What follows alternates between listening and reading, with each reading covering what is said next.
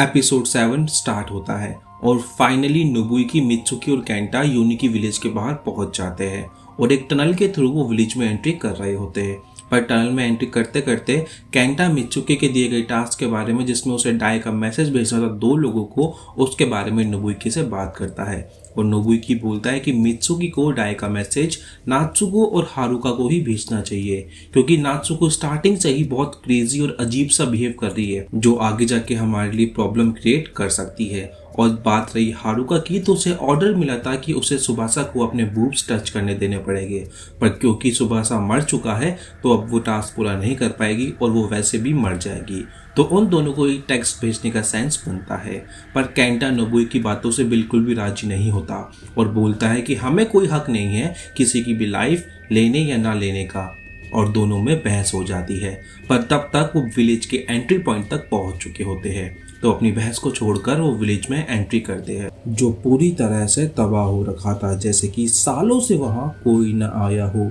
और चलते चलते तीनों को एक घर मिलता है जिसके बाहर होंडा लिखा होता है और नोबुयुकी को कुछ अजीब लगता है, तो चेक करने के लिए वो घर के अंदर जाता है और केंटा और मित्सुकी नजर रखने के लिए बाहर रुकते हैं। और जब नोबुयुकी घर के अंदर जाता है तो अंदर उसे उसकी गर्लफ्रेंड चीमी और उसके डैड की एक फ़ोटो मिलती है और टेबल पे उसके डैड का एक लेटर भी मिलता है, जिसमें लिखा होता है कि मैं अपनी बेटियों पर श्रापित जगह से ही नज़र रखता था और उनके बाप होने के नाते मैं केवल अपने पापों का प्रायश्चित ही कर सकता हूँ और मैं आ रहा हूँ तुमसे माफ़ी मांगने। जो पढ़ने के बाद नोबुयुकी को समझ नहीं आता कि चीमी के डैड किस बात की माफ़ी मांगना चाहते थे। उतने में ही बाहर से केंटा की मित्सुकी को ढूंढने की आवाज़ आती है, क्योंकि मित्सुकी अपने आप को नात्सुको को डाई का मैसेज भेजने के लिए वहाँ सिग्नल ढूंढ रही थी। पर रास्ते में केंटा उसे रोक लेता है और जब मित्सुकी केंटा को वहाँ से जाने का कारण बताती है तो केंटा उससे बोलता है तुम ऐसे ही अपनी जान नहीं दे सकती। जो सुनने के बाद मित्सुकी केंटा से अपने प्यार का इजहार करती है और क्योंकि केंटा के दिल में भी मित्सुकी के लिए फीलिंग्स थी तो वो दोनों एक दूसरे को किस करते हैं। पर किस के बाद मित्सुकी बोलती है इस गेम में आगे हमारे लिए केवल दुख और दर्द ही है, तो क्यों ना हम एक साथ दोनों मर जाए। वो कितना रोमांटिक होगा, क्योंकि तुमने अपने आप को पहले एक ऑर्डर दिया था जिसकी वजह से अगर मैं मरूंगी तो तुम भी मरोगे। और फिर मित्सुकी मैसेज भेजने के लिए वहाँ से भाग रही होती है, पर उतने में ही केंटा उसे एक मुक्का मार के बेहोश कर देता है। और दूसरी ओर नोबुयुकी केंटा और मित्सुकी को ढूंढ रहा होता है और ढूंढते ढूंढते उसे रास्ते में एक डायरी दिखती है और जब नोबुयुकी उस डायरी को उठाता है तो उसमें से एक फ़ोटो गिरती है। पर जब वो फ़ोटो उठाता है तो फ़ोटो के पास एक लाश पड़ी होती है और वो फ़ोटो चीमी के डैड की होती है जब वो जवान थे, और फ़ोटो में उन्होंने अपनी दोनों बेटियों को अपने हाथ में उठा रखा था।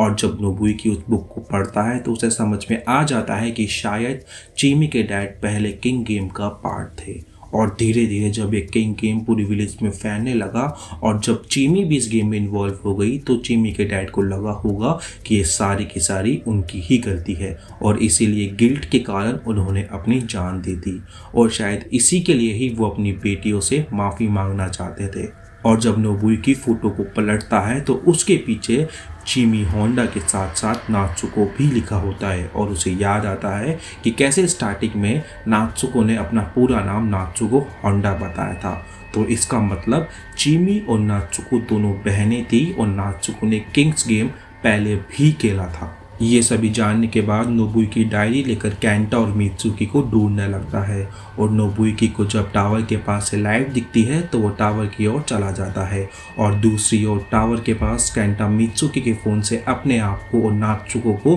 डाई का मैसेज भेज देता है मित्सुकी की उंगली यूज़ कर क्योंकि वो मित्सुकी की जान बचाना चाहता था। और उतने में ही केंटा के फ़ोन पर किंग का ऑर्डर कंप्लीट करने का मैसेज आता है, जो देखकर केंटा को लगता है कि ये मैसेज उसके लिए आया है क्योंकि उसने अपना ऑर्डर कंप्लीट कर दिया है मित्सुकी की जान बचाने का। और उतने में ही वहाँ नोबुयुकी आता है और जब केंटा उसे अपना प्लान बताता है तो नोबुयुकी बहुत दुखी होता है। पर उतने में ही मित्सुकी के फ़ोन पर मैसेज आता है कि उसके पास अपना टास्क पूरा करने के लिए केवल 5 मिनट ही बचे हैं, जो पढ़ने के बाद दोनों समझ जाते हैं कि नात्सुको ने सही कहा था। मित्सुकी की मौत तभी तय हो गई थी जब उसने अपना फ़ोन तोड़ दिया था और केंटा अचानक से कमज़ोर फील करने लगता है और उसे पता था कि वो अब मरने वाला है। तो नोबुयुकी को वो वहाँ से जाने के लिए कहता है और नोबुयुकी के जाने के बाद मित्सुकी और केंटा दोनों सड़क के बीच में मर जाते हैं और दोनों के मरने के बाद नोबुयुकी उन्हें सड़क से साइड में करके रो रहा होता है। उतने में ही केंटा के फ़ोन पर नोबुयुकी के फ़ोन से नात्सुको फ़ोन करती है और एपिसोड 7 यहीं पे ख़त्म हो जाता है। तो दोस्तों, अगर आपको वीडियो थोड़ा सा भी अच्छा लगा हो तो प्लीज़ आपसे रिक्वेस्ट है कि वीडियो को लाइक कर दीजिए और नेक्स्ट पार्ट के लिए चैनल को सब्सक्राइब और बेल आइकन को दबा दीजिए।